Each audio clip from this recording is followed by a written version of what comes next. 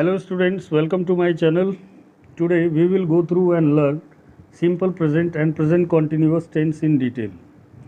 Students, it is seen that despite learning tense several times, many students still lag behind in their usage. तो आज हम लोग simple present tense और present continuous tense से जुड़े सारे डाउट्स को क्लियर करेंगे और दोनों ही काइंड्स ऑफ प्रेजेंट टेंस के बीच के डिफरेंसेस को भी जानेंगे। तो सबसे पहले बच्चों हम ये जानते हैं कि टेंस से क्या बोध होता है। टेंस है क्या? What is tense? Tense refers to the different forms of verbs and different periods of time. Tense से बच्चों डिफरेंट पीरियड्स ऑफ टाइम का बोध होता है, साथ ही डिफरेंट फॉर्म्स ऑफ वर्ब्स का भी बोध होता है। एग्जाम्पल के लिए हम कहते हैं Ram goes to market, Ram बाज़ार जाता है। ये सेंटेंस बच्चों प्रेजेंट टेंस से बिलोंग करता है। Ram is going to market, this sentence also refers to present tense. Ram went to Patna yesterday, this sentence is from simple past tense. Ram went to Patna yesterday because बच्चों went is the past tense form of go and here the past tense form V2 has been used, so it indicates to simple past tense. Next example is Ram will definitely do this job. Ram निश्चित ही इस job को करेगा, इस काम को करेगा। बच्चों ये सेंटेंस सिंपल फ्यूचर टेंस का है। हम देख सकते हैं कि Ram will definitely do this job, इस सेंटेंस में just after subject we have will. Now हम लोग काइंड्स ऑफ टेंस की बात करेंगे। There are mainly 3 types of tenses, आप सभी को पता है, present tense, past tense and future tense. Each kind of tense has its 4 kinds. Present tense has simple present tense, present continuous tense, present perfect tense, present perfect continuous tense.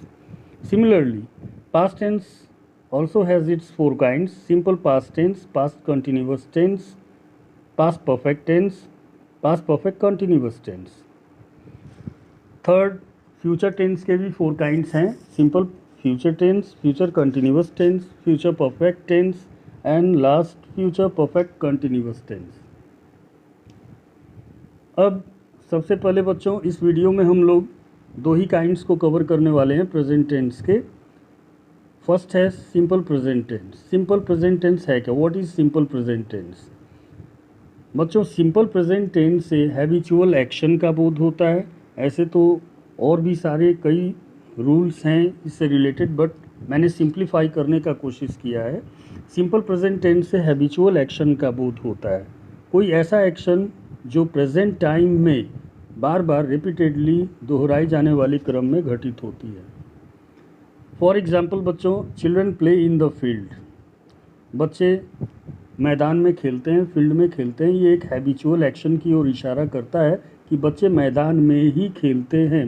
बच्चे मैदान में प्रायः खेलते हैं, ऑफन, यूजुअली और always वो मैदान में खेलते हैं। बच्चों सिंपल प्रेजेंट टेंस से यूनिवर्सल फैक्ट का भी बोध होता है। It also denotes a universal fact. अब यूनिवर्सल फैक्ट क्या है? A fact that can not be denied, जिसे हम झुठला नहीं सकते। ठीक है। For example, the sun rises in the east, सूर्य पूर्व दिशा में उगता है। ये एक यूनिवर्सल फैक्ट है, यूनिवर्सल ट्रूथ है, जिसे डिनाई नहीं किया जा सकता। सूर्य पूर्व में ही उगता है। Thirdly, the simple present tense also denotes a future action when a certain job or action is pre-planned to be taken place in future. जब कोई फ्यूचर एक्शन प्री प्लान्ड हो, घटित होने वाला हो फ्यूचर में, उसके होने का टाइम निश्चित हो, फिक्स्ड हो, सर्टेन हो, तब ऐसे कंडीशन में हम लोग सिंपल प्रेजेंट टेंस का यूज़ सिंपल फ्यूचर की तरफ करते हैं। For example, honourable Nitish Kumar visit Samastipur tomorrow, माननीय नीतीश कुमार जी कल समस्तीपुर आएंगे या विजिट करेंगे। बच्चों अब हम लोग सिंपल प्रेजेंट टेंस के स्ट्रक्चर की बात करेंगे। जैसा कि आपको पता है कि 3 तरह के स्ट्रक्चर्स होते हैं।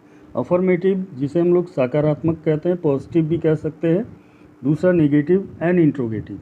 तो first of all we talk about the structure of affirmative. Simple present tense के अफर्मेटिव स्ट्रक्चर में बच्चों सबसे पहले जब हम सेंटेंस फॉर्म करते हैं तो सब्जेक्ट को पुट करते हैं. Then after we use V1, either V1 or V5 according to the person and number of the subject. Okay. Then after we put the object if any. यदि कोई object हो sentence में तो object भी हम put कर सकते हैं. For example, Indian farmers cultivate there fields. बच्चों भारतीय किसान अपने खेतों में कल्टीवेशन करते हैं, कृषि का कार्य करते हैं. तो इस सेंटेंस से बच्चों हम लोग समझ सकते हैं कि Indian farmers stands for the subject here, and then after we have used V1 form means the root form of the verb, and the root form of the verb is also considered to be plural form. Because our subject is in the plural form, Indian farmers, it denotes a plural subject, third person singular plural number. That is why we have taken a plural verb as V1 form. Then after, their fields refers to the object. बच्चों second example है ही always helps me. Sorry, इसमें S छूट गया है बच्चों. ही always helps me. बच्चों इस sentence में ही सब्जेक्ट है, सब्जेक्ट की तरह ये फंक्शन कर रहा है. चूँकि ही थर्ड पर्सन का सिंगुलर नंबर का सब्जेक्ट है, इसके लिए हमें एक सिंगुलर वर्ब की आवश्यकता होगी जो हेल्प्स के रूप में हम यूज़ करेंगे. यहाँ बच्चों एस मिस कर गया है, ठीक है. तो ही ऑलवेज हेल्प्स, ऑब्जेक्ट में मी है, me stands for object. Now negative structure, subject plus do और does plus not plus V1 plus object. बच्चों सिंपल प्रेजेंट टेंस के निगेटिव सेंटेंस और इंट्रोगेटिव सेंटेंसेस में हम लोग V5 का यूज़ नहीं करते. V5 का यूज़ हम केवल सिंपल प्रेजेंट टेंस के अफर्मेटिव सेंटेंसेस के लिए करते हैं. निगेटिव और इंट्रोगेटिव में ओनली V1 ही यूज़ किए जाते हैं. For example, the police do not arrest thieves. बच्चों कहीं कहीं पुलिस जो है वो प्लूरल के रूप में कंसिडर किया जाता है, ठीक है. इसलिए मैंने यहाँ डू नॉट का यूज़ किया. The police do not arrest thieves, यानी पुलिस चोरों को अरेस्ट नहीं करती है या गिरफ्तार नहीं करती है. यह police stands for third person plural number subject. That is why we have taken a plural auxiliary verb do. Okay, so the police do not arrest thieves. बच्चों अभी जस्ट मैंने बताया कि निगेटिव और इंट्रोगेटिव सेंटेंसेस में केवल V1 का ही use करते हैं, बिकॉज जो भी यूज़ करना होता है सिंगुलर और प्लूरल शो करने के लिए वो डू और डज के रूप में हम लोग कर चुके होते हैं. Next example is Rajesh does not obey his parents. इस सेंटेंस में बच्चों आप लोग देख सकते हो Rajesh stands for third person singular number, for which we have taken a singular auxiliary verb as does. Okay, not, then obey V1 form, and then the object his parents. Rajesh does not obey his parents. Rajesh अपने parents को ओबे नहीं करता या उनकी बात वो नहीं मानता या उन्हें फॉलो नहीं करता. Next is I do not prefer eating out. मुझे बाहर खाना बिल्कुल भी पसंद नहीं है, मुझे बाहर खाना पसंद नहीं है. और we do not prefer eating out, हमें बाहर खाना पसंद नहीं. बच्चों I and we refers to first person. I refers to first person singular number, while we refers to first person plural number. तो इन दोनों के लिए ही, आई और वी दोनों के लिए ही हम डू का यूज़ करेंगे. ओके, उम्मीद करता हूँ समझ में आ गया होगा आप लोगों को. Now interrogative structure is as follows. Interrogative means बच्चों प्रश्न बोधक, जिसे क्वेश्चन किए जाने का बोध होता है. Interrogative asks a question. Okay, basically there are two types of interrogative sentences. One yes no question, that is for confirmation only. The answer of such questions are either in yes or no. We have the structures here. First of all बच्चों हम लोग WH words का use करते हैं अगर हम WH question form कर रहे हैं। तो WH words, then after according to the number and person of the subject हम लोग डू और डज का यूज़ कर लेते हैं। उसके बाद बच्चों हम लोग सब्जेक्ट को प्लेस करते हैं। इफ़ नेसेसरी नॉट लगाना अगर ज़रूरी हो, अगर ये कोई इंट्रोगेटिव नेगेटिव सेंटेंस हो तब हम लोग नॉट का भी यूज कर सकते हैं। दैट इज़ वाई मैंने इसे ब्रैकेट में कर दिया है। एंड देन V1 फॉर्म हम लोग पुट करते हैं और उसके बाद object. For example, does Prakash go to school daily? क्या प्रकाश रोज स्कूल जाता है? बच्चों this sentence starts with auxiliary verb does, okay, so it denotes a yes no question, because बच्चों जब कभी भी इस तरह के क्वेश्चंस पूछे जाते हैं तो उनका जवाब हमेशा यस और नो में ही आता है। For example, does Prakash go to school daily? क्या प्रकाश स्कूल रोज़ जाता है या क्या प्रकाश रोज़ स्कूल जाता है? तो इसका जवाब या आंसर बच्चों यस और नो में ही आएगा। Next example is from WH word question, where does Ram go every day? Ram प्रतिदिन कहाँ जाता है?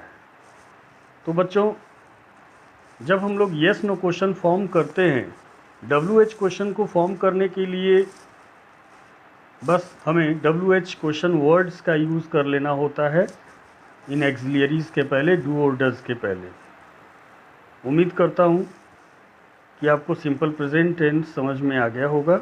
अब आगे बढ़ते हैं बच्चों प्रेजेंट कॉन्टिन्यूअस टेंस की तरफ। This is the second kind of present tense बच्चों। प्रेजेंट कॉन्टिन्यूअस टेंस क्या है?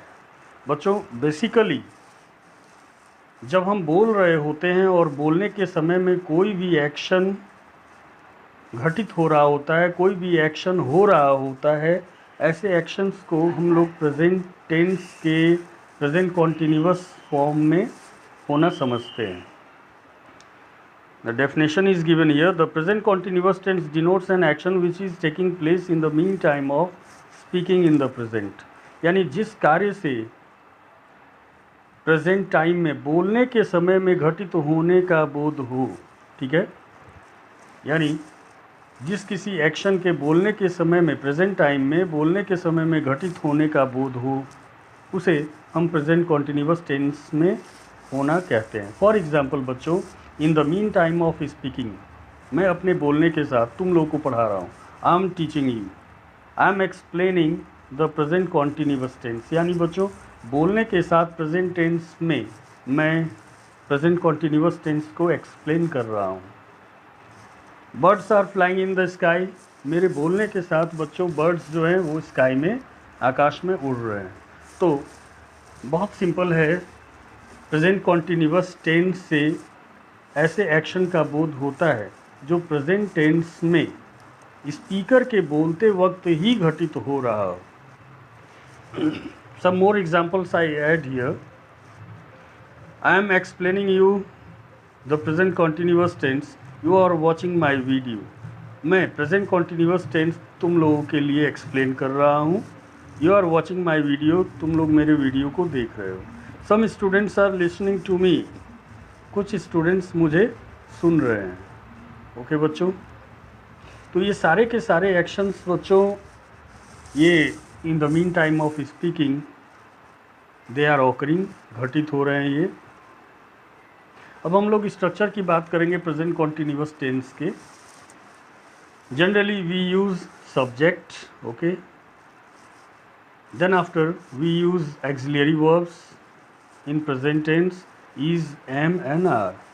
उसके बाद बच्चों हम लोग V4 का यूज़ करते हैं। V4 को हम लोग प्रेजेंट पार्टिसिपल भी कहते हैं। एंड देन आफ्टर हम लोग ऑब्जेक्ट का यूज़ कर सकते हैं इफ़ देयर्स एनी, यदि कोई हो तो। फॉर एग्जाम्पल बच्चों, the birds are twittering in the trees, यानी पक्षी जो हैं वो पेड़ों पर चहचहा रहे हैं। They are cutting a fun, वो लोग मजाक कर रहे हैं, यानी बोलने के समय में वो लोग मजाक कर रहे हैं। बोलने के समय में ही पक्षी भी पेड़ों पे चहचहा रहे हैं। Third example is it's raining, बारिश हो रही है, मेरे बोलने के साथ बारिश हो रही है। The stars are twinkling, stars यानी तारे टिमटिमा रहे हैं, मेरे बोलने के साथ आकाश में तारे टिमटिमा रहे हैं।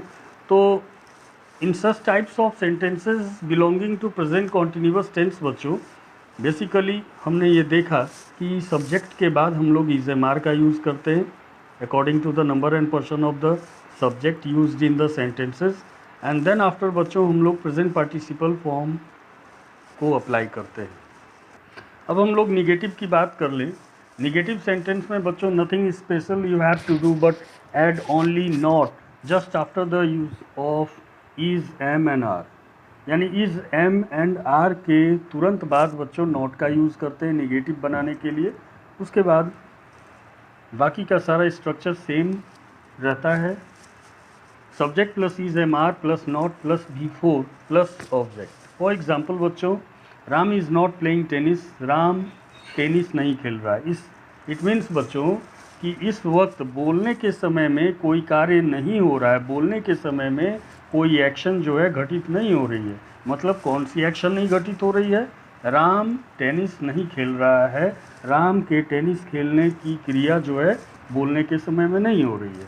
नेक्स्ट, इट्स नॉट रेनिंग, मेरे बोलने के साथ बारिश नहीं हो रही है। Next, last one is Alok is not writing a letter, Alok letter नहीं लिख रहा है। तो बच्चों उम्मीद करता हूँ कि आप लोग को निगेटिव, अफर्मेटिव और निगेटिव स्ट्रक्चर समझ में आ गए होंगे प्रेजेंट कॉन्टिन्यूअस टेंस के। अब हम लोग आगे बढ़ते हैं इंट्रोगेटिव प्रश्न बोधक सेंटेंसेस की तरफ, वाक्यों की तरफ। इंट्रोगेटिव सेंटेंस में बच्चों हम लोग सबसे पहले WH वर्ड्स का यूज़ करते हैं। WH वर्ड्स जैसा कि आप लोग जानते हैं, how, what, which, when, where, whose etcetera, these are the WH question words. Then after हम लोग इज एम आर का यूज़ करते हैं एक्सिलियरीज़ के रूप में, प्रेजेंट एक्सिलियरीज़ के रूप में। उसके बाद हम लोग सब्जेक्ट का यूज़ करते हैं। सब्जेक्ट क्या है बच्चों? डूअर ऑफ एन एक्शन, काम को करने वाला जो होता है वो सब्जेक्ट कहलाता है। और अगर ज़रूरत हो, if there's any interrogative negative statement और सेंटेंस, तब हम लोग नॉट का भी यूज़ कर सकते हैं। देन आफ्टर हम लोग प्रेजेंट पार्टिसिपल का यूज़ करते हैं और उसके बाद फिर ऑब्जेक्ट अगर कोई हो तो। For example, are you listening to me, this is yes no question बच्चों, because it has been started with auxiliary verb. Are you listening to me, क्या तुम लोग मुझे सुन रहे हो? इसका आंसर बच्चों ऑलवेज ईदर यस में आएगा और नो में आएगा। Next example is which subject am I teaching you, मैं तुम्हें कौन सा सब्जेक्ट पढ़ा रहा हूँ, मैं तुम्हें कौन सा विषय पढ़ा रहा हूँ। बच्चों गौर करोगे कि इस सेंटेंस में एम के पहले, एम जो कि एक एक्सिलियरी वर्ब है, एम के जस्ट पहले विच सब्जेक्ट का यूज़ हुआ है, यानी कि नाउन के साथ एक WH वर्ड विच का यूज़ हुआ है। That indicates WH word question and it interrogates, okay, and the answer you should give in detail, and the answer you should give in detail। तो इसी के साथ बच्चों उम्मीद करता हूँ कि आप लोग को प्रेजेंट सिंपल और प्रेजेंट कॉन्टिन्यूअस अच्छी तरह से समझ में आ गया होगा। एक बार शॉर्ट में हम लोग ब्रीफ कर लेते हैं बच्चों। सिंपल प्रेजेंट टेंस से हैबिचुअल एक्शन का बोध होता है, ठीक है, वैसी कोई क्रिया जो बार बार होती हो प्रेजेंट टाइम में। और सिंपल प्रेजेंट टेंस में वर्ब जो हम लोग यूज़ करते हैं बेसिकली V1 और V5 का यूज़ करते हैं। बच्चों V5 को हम लोग सिंगुलर वर्ब के रूप में कंसीडर करते हैं और V1 को प्लूरल वर्ब के रूप में। उसके बाद प्रेजेंट कॉन्टिन्यूअस टेंस में हम लोग सब्जेक्ट के बाद इज़ एम आर का यूज़ करते हैं और फिर ING फॉर्म वाले वर्ब का यूज़ करते हैं, जिसे हम प्रेजेंट पार्टिसिपल फॉर्म बोलते हैं, V4 बोलते हैं। तो ओके बच्चों, thanks for watching my video and I hope that this video proves to you very useful. अब हम लोग अपने नेक्स्ट वीडियो में मिलेंगे नेक्स्ट काइंड ऑफ टेंसेस के साथ। Thanking you.